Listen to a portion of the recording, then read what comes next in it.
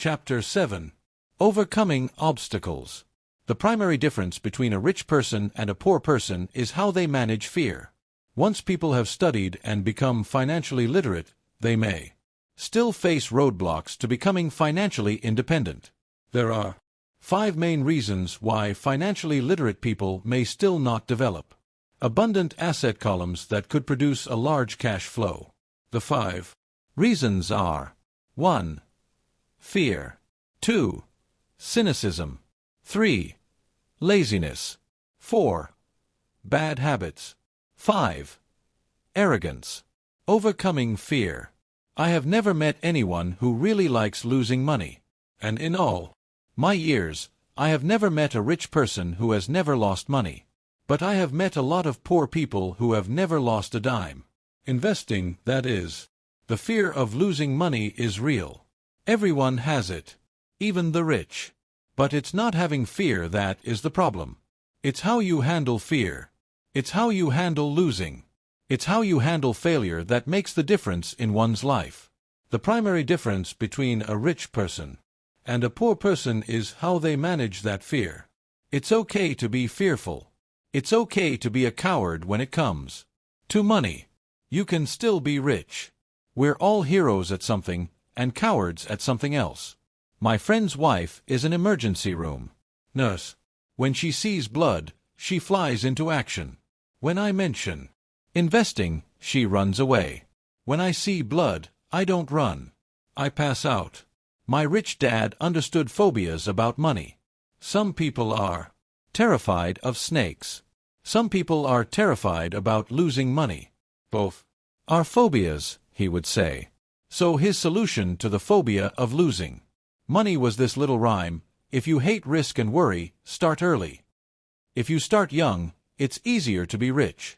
I won't go into it here, but there is a staggering difference between a person who starts investing at age 20 versus age 30. The purchase of Manhattan Island is said to be one of the greatest bargains of all time. New York was purchased for $24 in trinkets and beads. Yet if that $24 had been invested at 8% annually, that $24 would have been worth more than $28 trillion by 1995. Manhattan could be repurchased with money left over to buy much of Los Angeles. But what if you don't have much time left or would like to retire early? How do you handle the fear of losing money? My poor dad did nothing. He simply avoided the issue, refusing to discuss the subject. My rich dad, on the other hand, recommended that I think like a Texan. I like Texas and Texans, he used to say. In Texas, everything is bigger. When Texans win, they win big. And when they lose, it's spectacular. They like losing? I asked. That's not what I'm saying. Nobody likes losing. Show me a happy loser, and I'll show you a loser, said Rich Dad. It's a Texan's attitude toward risk, reward, and failure I'm talking about. It's how they handle life. They live it big. Not like most of the people around here, living like roaches when it comes to money, terrified that someone will shine a light on them, and whimpering when the grocery clerk shortchanges them a quarter. Rich Dad went on. What I like best is the Texas attitude. They're proud when they win, and they brag when they lose. Texans have a saying: if you're going to go broke, go big. You don't want to admit you went broke over a duplex. He constantly told Mike and me that the greatest reason for lack of financial success was because most people played it too safe. People are so afraid of losing that they lose, were his words. For most people, the reason they don't win financially is because the pain of losing money is far greater than the joy of being rich. Fran Tarkenton, a one-time great NFL quarterback, says it still. Another way, winning means being unafraid to lose. In my own life, I've noticed that winning usually follows losing.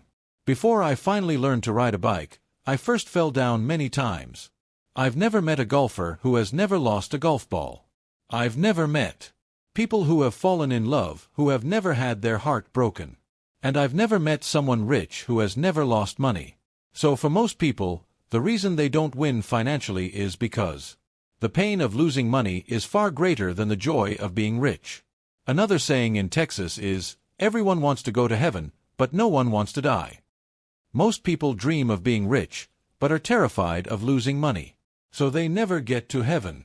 Rich Dad used to tell Mike and me stories about his trips to Texas. If you really want to learn the attitude of how to handle risk, losing, and failure, go to San Antonio and visit the Alamo. The Alamo is a great story of brave people who chose to fight, knowing there was no hope of success. They chose to die instead of surrendering. It's an inspiring story worthy of study. Nonetheless, it's still a tragic military defeat. They got their butts kicked. So how do Texans handle failure? They still shout, "Remember the Alamo!" Mike and I heard this story a lot. He always told us this story when he was about to go into a big deal, and he was nervous. After he had done all his due diligence and it was time to put up or shut up, he told us this story. Every time he was afraid of making a mistake or losing money, he told us this story. It gave him strength, for it reminded him that he could always turn a financial loss into a financial win. Rich Dad knew that failure would only make him stronger and smarter. It's not that he wanted to lose. He just knew who he was and how he would take a loss. He would take a loss and make it a win. That's what made him a winner and others losers. It gave him the courage to cross the line when others backed out. That's why I like Texans so much, he would say. They took a great failure and turned it into inspiration, as well a tourist destination that makes them millions. But probably his words that mean the most to me today are these. Texans don't bury their failures. They get inspired by them. They take their failures and turn them into rallying cries. Failure inspires Texans to become winners. But that formula is not just the formula for Texans. It is the formula for all winners. Failure inspires winners. Failure defeats losers. I've said that falling off my bike was part of learning to ride. Remember, falling off only made me more determined to learn to ride, not less. I also said that I have never met a golfer who has never lost a ball. 4 top professional golfers, losing a ball or a tournament provides the inspiration to be better, to practice harder, to study more. That's what makes them better. For winners, losing inspires them. For losers, losing defeats them. I like to quote John D. Rockefeller, who said, "I always try to turn every disaster into an opportunity." And being Japanese American, I can say this. Many people say that Pearl Harbor was an American mistake. I say it was a Japanese mistake. From the movie, Tora, Tora, Tora, a somber Japanese admiral says to his cheering subordinates, "I am afraid we have awakened a sleeping giant." Remember Pearl Harbor became a rallying cry.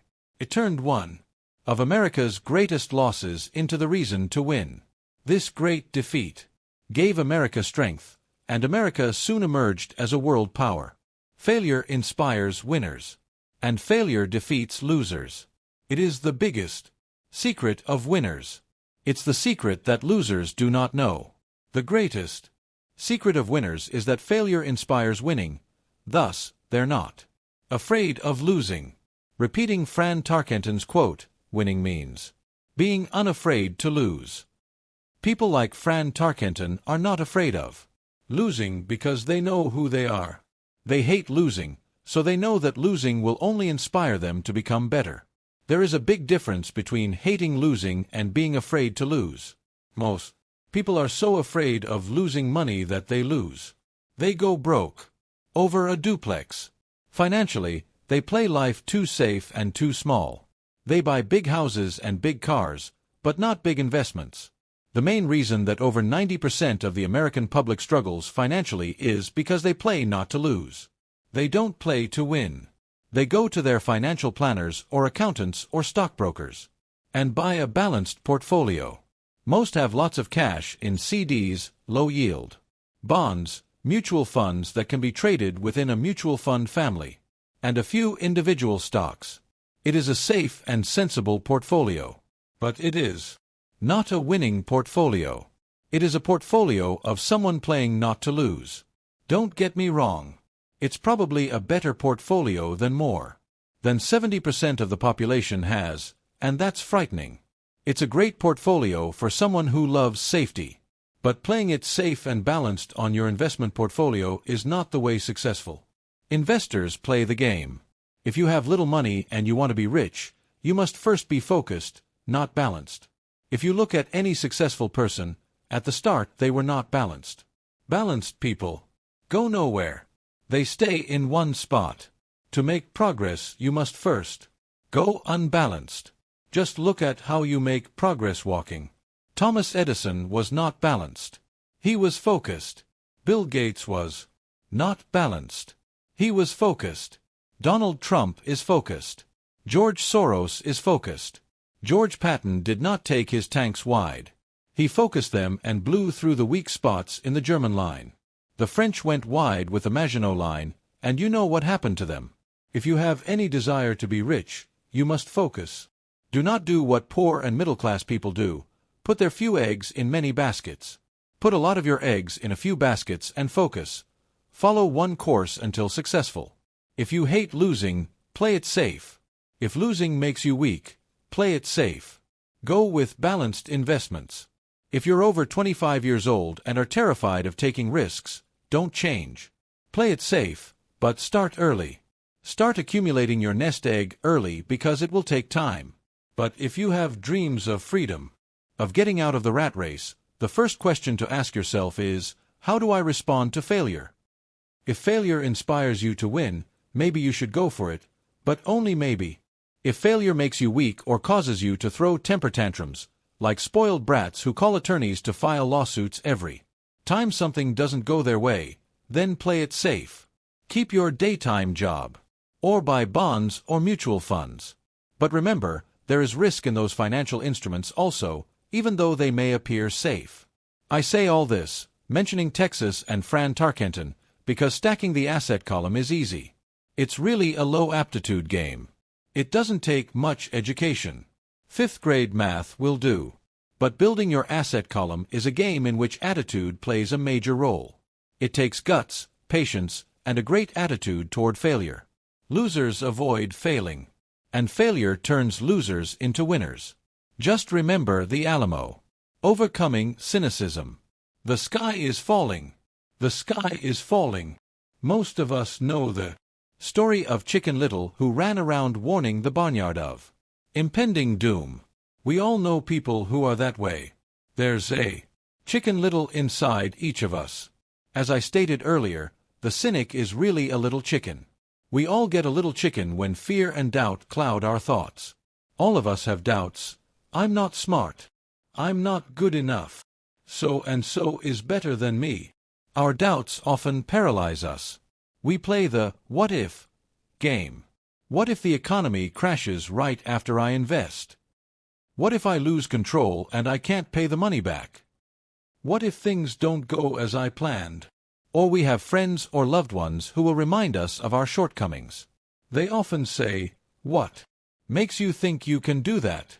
If it's such a good idea, how come someone else hasn't done it? That will never work.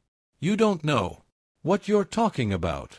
These words of doubt often get so loud that we fail to act. A horrible feeling builds in our stomach. Sometimes we can't sleep. We fail to move forward. So we stay with what is safe, and opportunities pass us by. We watch life passing by as we sit, immobilized with a cold knot in our body. We have all felt this at one time in our lives, some more than others. Peter Lynch of Fidelity Magellan Mutual Fund fame refers to warnings about the sky falling as noise, and we all hear it. Noise is either created inside our heads or comes from outside, often from friends, family, co-workers, and the media.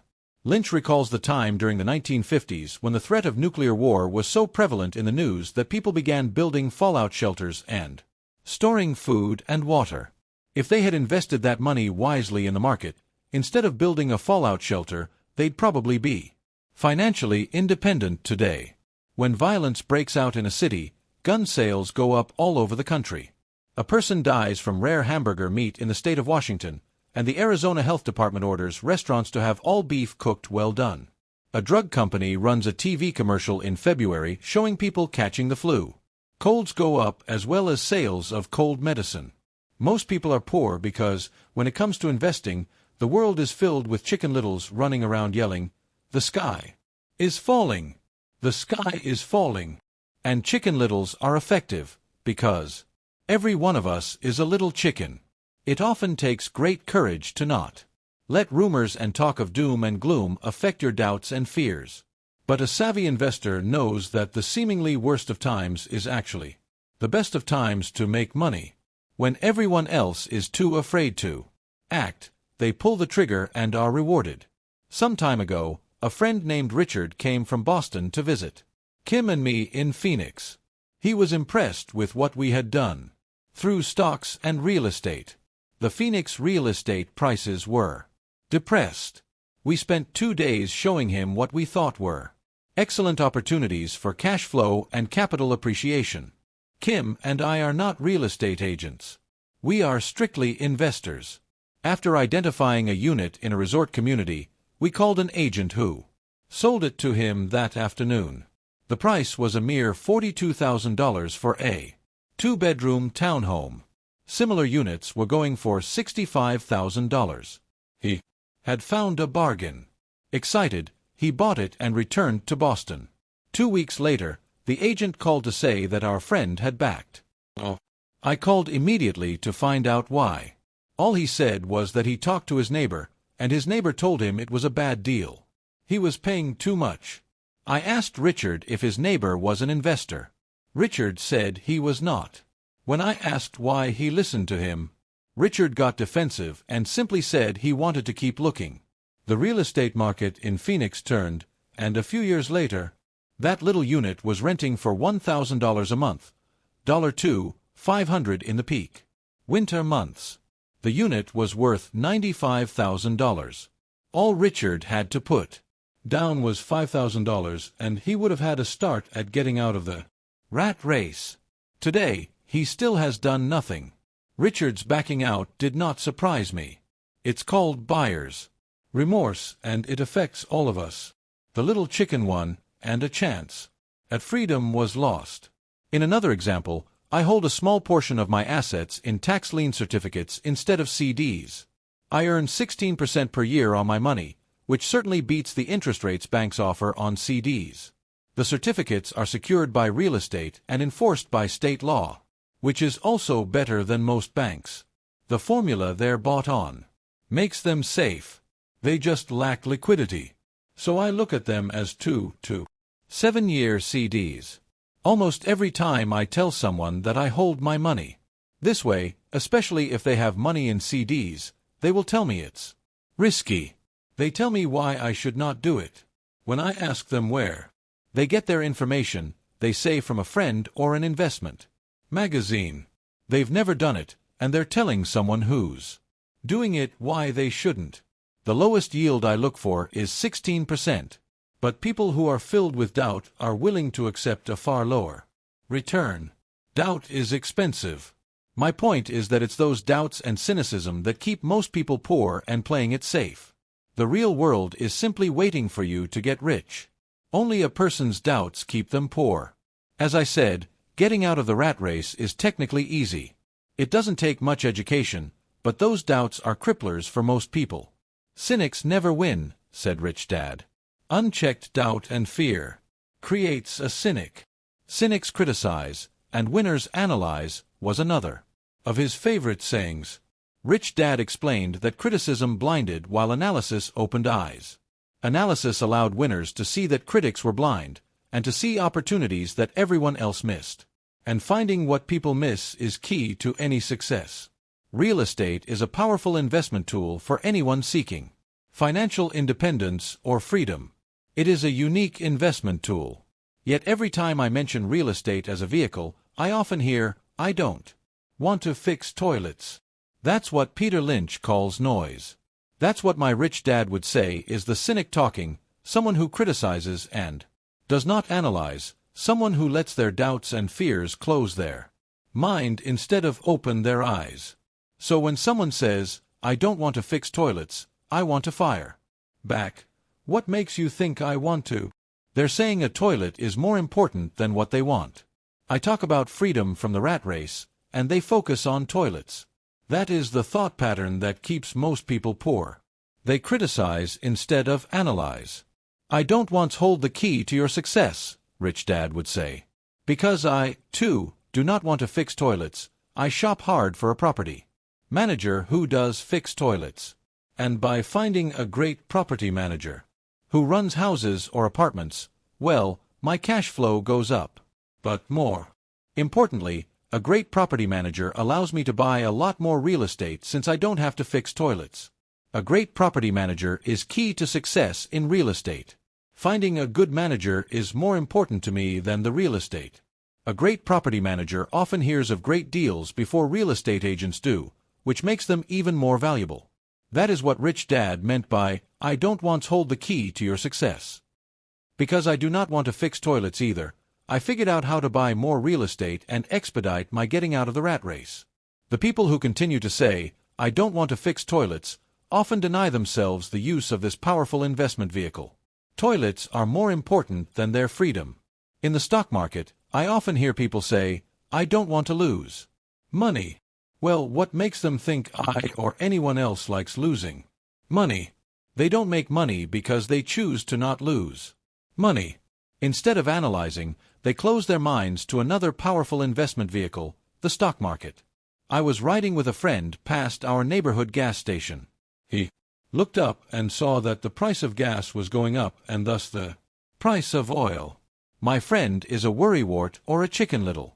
To him, the sky is always going to fall, and it usually does, on him. When we got home, he showed me all the stats as to why the price of oil was going to go up over the next few years, statistics I had never seen before, even though I already owned substantial shares of an existing oil company. With that information, I immediately began looking for and found a new, undervalued oil company that was about to find some oil deposits. My broker was excited about this new company, and I bought 15,000 shares for 65 cents per share. 3 months later, this same friend and I drove by the same gas station, and sure enough, the price per gallon had gone up nearly 15%. Again, the chicken little worried and complained. I smiled because, a month earlier, that little oil company hit oil and those 15,000 shares went up to more than $3 per share since he had first given me the tip. And the price of gas will continue to go up if what my friend says is true. If most people understood how a stop worked in stock market investing, there would be more people investing to win instead of investing not to lose. A stop is simply a computer command that sells your stock automatically if the price begins to drop, helping to minimize your losses and maximize some gains. It's a great tool for those who are terrified of losing. So whenever I hear people focusing on their I don't wants, rather than what they do want, I know the noise in their head must be loud. Chicken Little has taken over their brain and is yelling, the sky is falling and toilets are breaking. So they avoid their don't wants, but they pay a huge price. They may never get what they want in life. Instead of analyzing, their inner Chicken Little closes their mind. Rich Dad gave me a way of looking at Chicken Little. Just do what Colonel Sanders did. At the age of 66, he lost his business and began to live on his Social Security check. It wasn't enough. He went around the country selling his recipe for fried chicken. He was turned down 1,009 times before someone said yes. And he went on to become a multimillionaire at an age when most people are quitting. He was a brave and tenacious man, Rich Dad said of Harlan Sanders. So when you're in doubt and feeling a little afraid, just do what Colonel Sanders did to his little chicken. He fried it. Overcoming laziness. Busy people are often the most lazy. We have all heard stories of a businessman who works hard to earn money. He works hard to be a good provider for his wife and children. He spends long hours at the office and brings work home on weekends. One day he comes home to an empty house. His wife has left with the kids. He knew he and his wife had problems, but rather than work to make the relationship strong, he stayed busy at work. Dismayed, His performance at work slips and he loses his job. Today, I often meet people who are too busy to take care of their wealth. And there are people too busy to take care of their health. The cause is the same. They're busy, and they stay busy as a way of avoiding something they do not want to face. Nobody has to tell them. Deep down they know. In fact, if you remind them, they often respond with anger or irritation. If they aren't busy at work or with the kids, they're often busy watching TV, fishing, playing golf, or shopping. Yet deep down they know they are avoiding something important. That's the most common form of laziness by staying busy. So what is the cure for laziness? The answer is a little greed. For many of us, we were raised thinking of greed or desire as bad. Greedy people are bad people, my mom used to say. Yet we all have inside of us this yearning to have nice, new, or exciting things. So to keep that emotion of desire under control, often parents find ways of suppressing that desire with guilt. You only think about yourself. Don't you know you have brothers and sisters? Was one of my mom's favorites. You want me to buy you what? Was a favorite of my dad. Do you think we're made of money? Do you think money grows on trees? We're not rich people, you know. It wasn't so much the words, but the angry guilt trip that went with the words that got to me. Or the reverse guilt trip was the, I'm sacrificing my life to buy this for you. I'm buying this for you because I never had this advantage when I was a kid. I have a neighbor who is stone broke but can't park his car in his garage. The garage is filled with toys for his kids. Those spoiled brats get everything they ask for. Rich Dad believed that the words, I can't afford it, shut down your brain. How can I afford it? Opens up possibilities, excitement, and dreams. I don't want them to know the feeling of want are his everyday words. He has nothing set aside for their college or his retirement, but his kids have every toy ever made.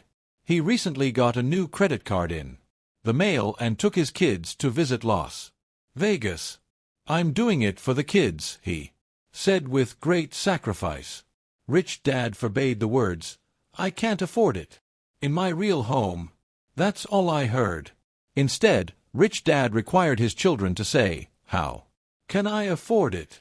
He believed that the words, I can't afford it, shut down your brain.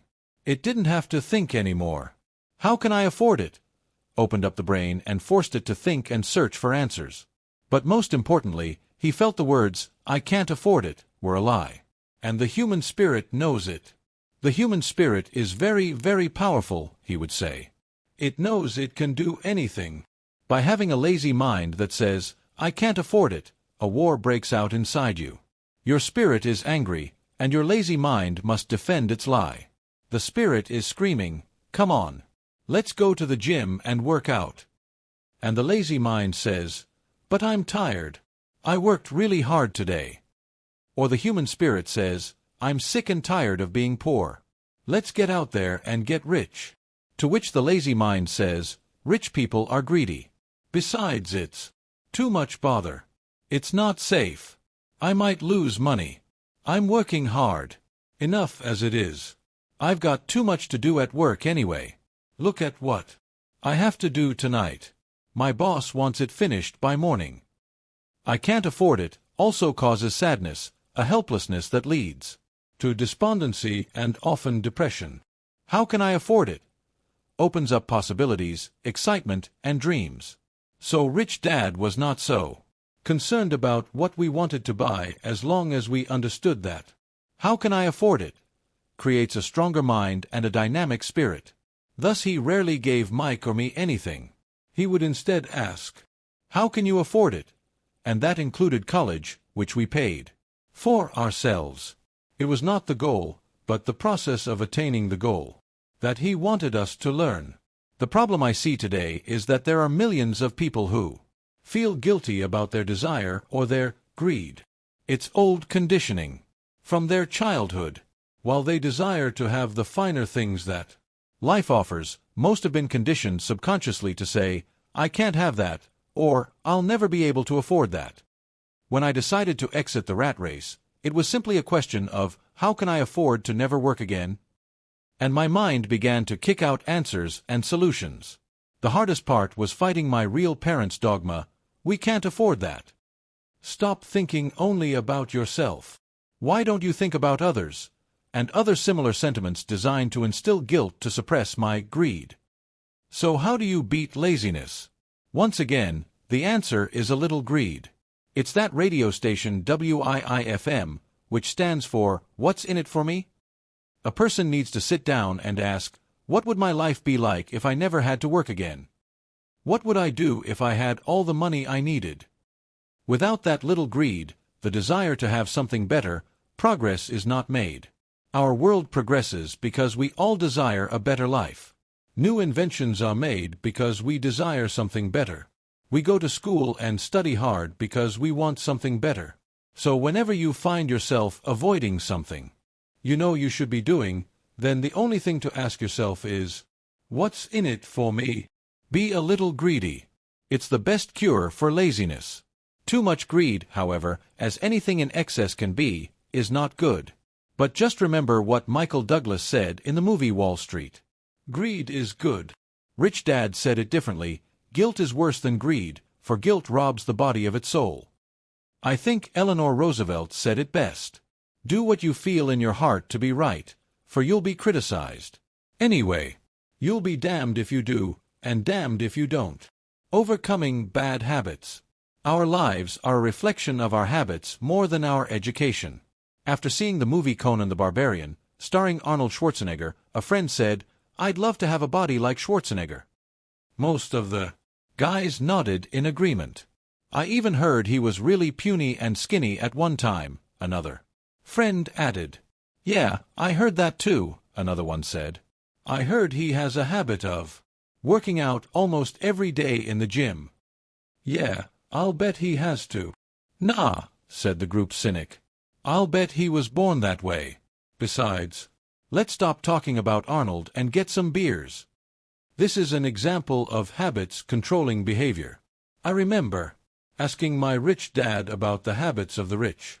Instead of answering me outright, he wanted me to learn through example, as usual. When does your dad pay his bills? Rich Dad asked. The first of the month, I said. Does he have anything left over? He asked. Very little, I said. That's the main reason he struggles, said Rich Dad. He has bad habits. Your dad pays everyone else first. He pays himself last, but only if he has anything left over. Which he usually doesn't, I said. But he has to pay his bills, doesn't he? You're saying he shouldn't pay his bills. Of course not, said Rich Dad. I firmly believe in paying my bills on time. I just pay myself first, before I pay even the government. But what happens if you don't have enough money? I asked. What do you do then? The same, said Rich Dad. I still pay myself first, even if I'm short of money. My asset column is far more important to me than the government. But, I said, don't they come after you? Yes, if you don't pay, said Rich Dad. Look, I did not say not to pay. I just said I pay myself first, even if I'm short of money. But, I replied, how do you do that? It's not how. The question is why, Rich Dad said. Okay, why? Motivation, said Rich Dad. Who do you think will complain louder if I don't pay them, me, or my creditors? Your creditors will definitely scream louder than you, I said, responding to the obvious. You wouldn't say anything if you didn't pay yourself. So you see, after paying myself, the pressure to pay my taxes and the other creditors is so great that it forces me to seek other forms of income. The pressure to pay becomes my motivation. I've worked extra jobs, started other companies, traded in the stock market, anything just to make sure those guys don't start yelling at me. That pressure made me work harder, forced me to think, and all in all, made me smarter and more active when it comes to money. If I had paid myself last, I would have felt no pressure, but I'd be broke.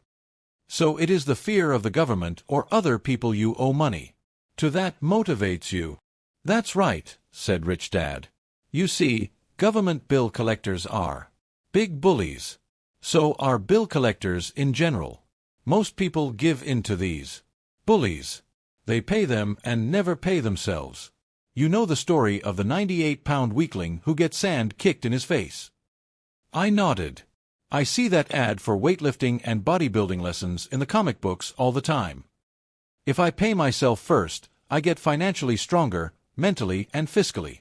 Well, most people let the bullies kick sand in their faces. I decided to use the fear of the bully to make me stronger. Others get weaker.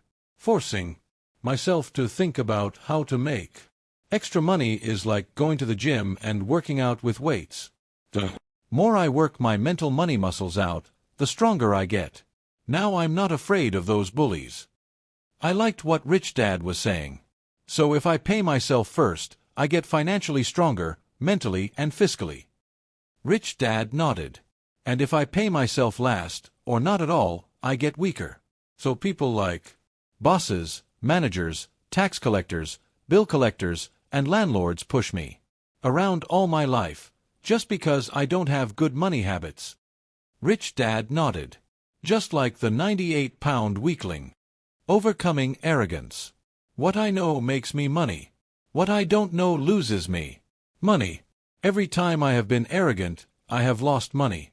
Because when I'm arrogant, I truly believe that what I don't know is not important, Rich Dad would often tell me. I have found that many people use arrogance to try to hide their own ignorance. It often happens when I am discussing financial statements with accountants or even other investors. They try to bluster their way through the discussion. It is clear to me that they don't know what they're talking about. They're not lying, but they are not telling the truth. There are many people in the world of money, finances, and investments who have absolutely no idea what they're talking about. Most people in the money industry are just spouting off sales pitches, like used car salesmen. When you know you are ignorant in a subject, start educating yourself by finding an expert in the field or a book on the subject.